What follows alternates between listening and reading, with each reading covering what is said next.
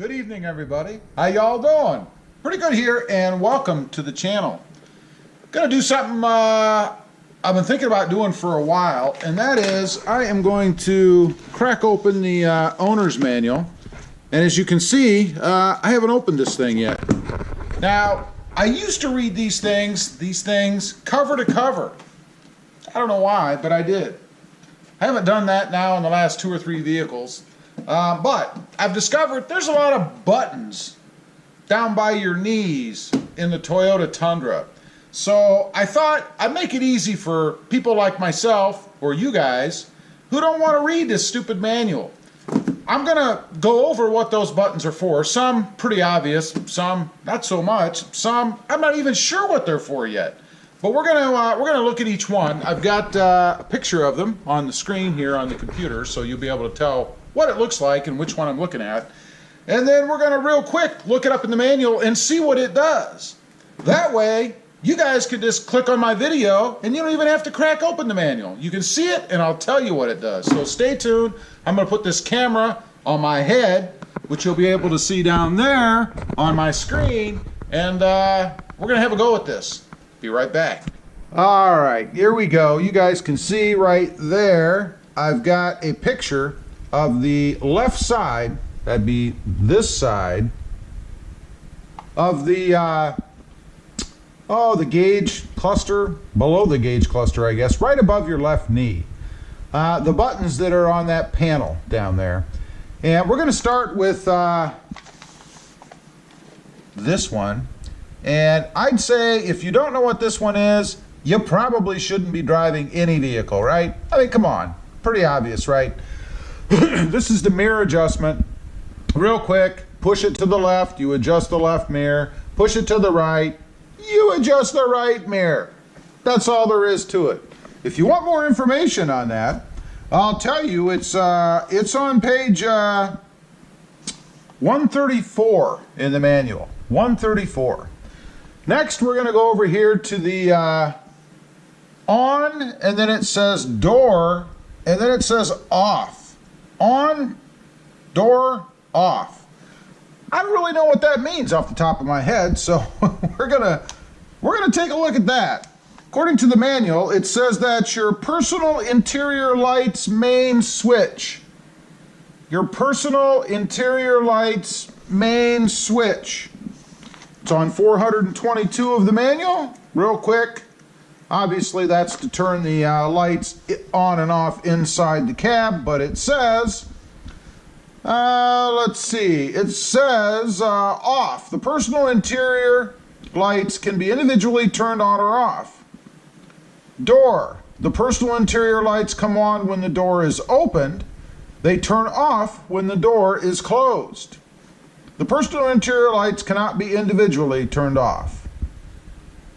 So, you can have it off. Number 1, the personal interior lights can be individually turned on or off. 2, door. The personal interior lights come on when the door is opened. They turn off when the door is closed. That's if you have it in the door position. Or on, the personal interior lights cannot be individually turned off. Okay, makes sense, I guess. Next, we go over here to this button that has a light switch on it, or a light rather, and then a dial that you can turn stuff. That, let's see, that is your manual headlight leveling dial. I am going to have to check that out because I have noticed that the lights on my Tundra seem to be pointing down a little bit too close to the front of the truck.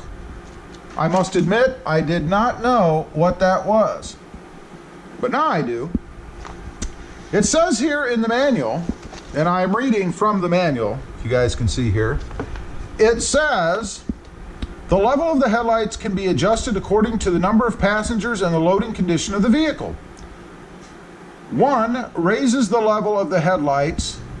2, which means if you go up, it will raise the headlights. If you roll that thing down, this dial here, it will lower the headlights. And then it gives you a guide as to how you should do that. Pretty cool. I didn't know that. I would say right now set at about 4. This is how mine is set right here, and it's at 4. Mine actually are a little bit low. I need to turn those things up a little bit. I learned something. Pretty cool. All right, let's go on to the next one. The next is this little button down here, which says off, door, on. According to the manual, that is the cargo lamp main switch. And according to the more detailed description of that, I'm sure that's the light above your bed. Let's see here. It says cargo lamp main switch. The cargo lamp can be individually turned off or on. That's if it's off, I guess. Door. The cargo lamp comes on when a door is open. So if you have that set to door, it will come on when the door is open. I think that's how the Tacoma was set. They turn off when the doors are closed, and on, the cargo lamp cannot be individually turned off. Pretty cool. Next we go over here to auto. Auto. According to the manual, that is the automatic high beam switch, if equipped. Automatic high beam switch. Page 203 in the manual. Let's see what it has to say about that. Let's see. Automatic high beam. The automatic high beam uses an in-vehicle camera sensor to assess the brightness of street lights, the lights of vehicles ahead, etc., and automatically turns the high beam on or off as necessary. Limitations. Here's a warning. Do not rely on an automatic high beam. Okay? Always drive safely, taking care to observe your surroundings, and turning the high beam off and on manually if necessary. To prevent incorrect operation of the high beam system, do not overload the vehicle. Activating the automatic high beam system. Push the lever away from you with the headlight switch in the on or auto position. Press the automatic high beam switch. The automatic high beam indicator will come on when the headlights are turned on automatically to indicate that the system is active.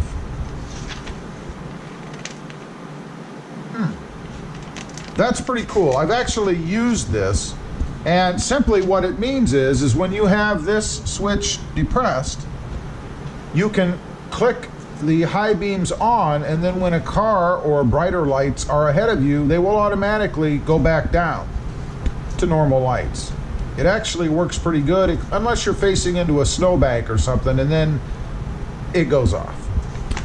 Pretty cool. Next we have rear with a up and down arrow.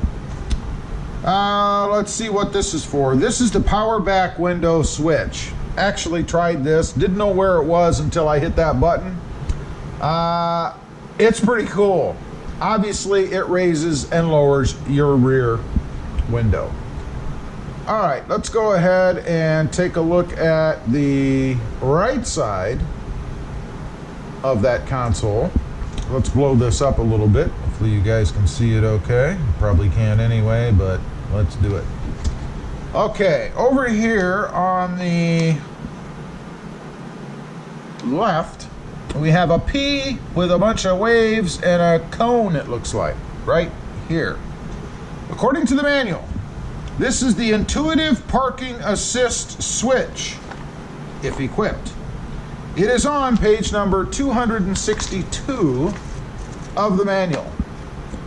Let's see what that has to say. This is interesting. I'm curious about this myself. It says, the distance from your vehicle to nearby obstacles when parallel parking or maneuvering into a garage is measured. Something came up there. Is measured by the sensors and communicated via the multi-information display and buzzer. Always check your surroundings, blah, blah, blah. Types of sensors. I'll show you this picture here, if you guys can see it. Shows you where the sensors are, here, here, here, and here on the truck. Hopefully you guys can see that. It is on it has a front corner sensor, to rear corner sensors, and rear center sensors. if you push that button, it turns the parking assist on or off. Now, what I was curious about, and I've just seen here, if you look at this picture in the manual right here, it does not have a front-facing sensor. Why? Why does it not have a front-facing sensor? They give you the corners, they even give you the rear here, but they don't give you a front, just the corners. I want this front so that when I'm pulling up to something, it screams at me. It doesn't give you that. That's a bummer. Oh well, moving on. We have this button here, and I'm sure everybody knows what that is. That should be traction control, but let's just see. It says VSC off switch. Page 291. Well, let's just see what they have to say about that. 291. Let's see. Apparently my truck has some sort of a substance problem because it says it's the auto LSD system. Auto LSD system. Interesting. Let's see. It says the auto LSD system aids traction by using the traction control system to control engine performance and braking when one of the drive wheels begins to spin. The system should be used only when one of the drive wheels spinning occurs in a ditch or rough surface. I have a feeling that is not exactly what we're looking for. But that's what it says. It also mentions page 296. That's a little confusing to me. It says it should, let me read that again. The system should be used only when one of the drive wheels spinning occurs in a ditch or rough surface. Interesting. So apparently you're only supposed to turn that off if one of the wheels is spinning or something like that, I guess. Who knows? Next, we're going to go to this button, one of my favorite new buttons in the Tundra. And that button is, of course, the tow haul switch. Page 192 of the manual says, let's see, 192. Tow haul says, and this is interesting because some people have said you shouldn't use it all the time. It's okay if you use it all the time. I'm not exactly sure myself, so let's see what the manual says. The manual says, tow haul switch, vehicles with towing package. Use tow haul mode when pulling a trailer or hauling heavy load. Press the tow haul switch, the indicator will come on. Press the switch once more to cancel. Let's see. Does it say anything about using it or not? I'm not seeing it. I'm looking at the manual here. I'm not seeing it. It does not say anything. Wow. That's all it really says. Interesting. Well, that's kind of disappointing. That's all it says. I guess you can use it whenever you want, right? All right, now let's go down here, and I am not a tower, so I'm not familiar with this section. This section here. This is the trailer brake output, plus or minus gain. The manual says trailer brake controller, if equipped, on page 300. Let's go to page 300. Wow, there's all kinds of information on this. I'm just going to go over the summary, and if you guys want more information, you'll have to look it up. It says here, summary of functions. The trailer brakes can be controlled by the trailer brake controller via the 7-pin connector. By selecting the type of brakes that are being used in the trailer, electric or electric over hydraulic, and setting the gain for the controller, the manual trailer brake output slider is used to slow just the trailer. The vehicle brake pedal will also slow down as well as stop the trailer when applied. Also, via the same connector, gain values, manual brake outputs, trailer brake types, and the trailer connection status are displayed, cool, in the multi-display.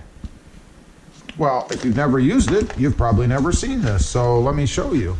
Right here Hopefully that comes up okay. That's what the display would look like if you're using that feature. Hopefully you guys can see that okay, I hope. Anyway, pretty neat display. I suppose if you're hauling anything, it would be nice to know that kind of information. Who knows? Let's see, I believe that is all, or those are all of the options down along the front part of the lower gauge area on the truck. Well, hopefully you guys found that somewhat educational, entertaining, enlightening. I don't know. I learned a couple things myself there. A couple things I didn't know, reaffirmed many that I already did, but pretty cool stuff.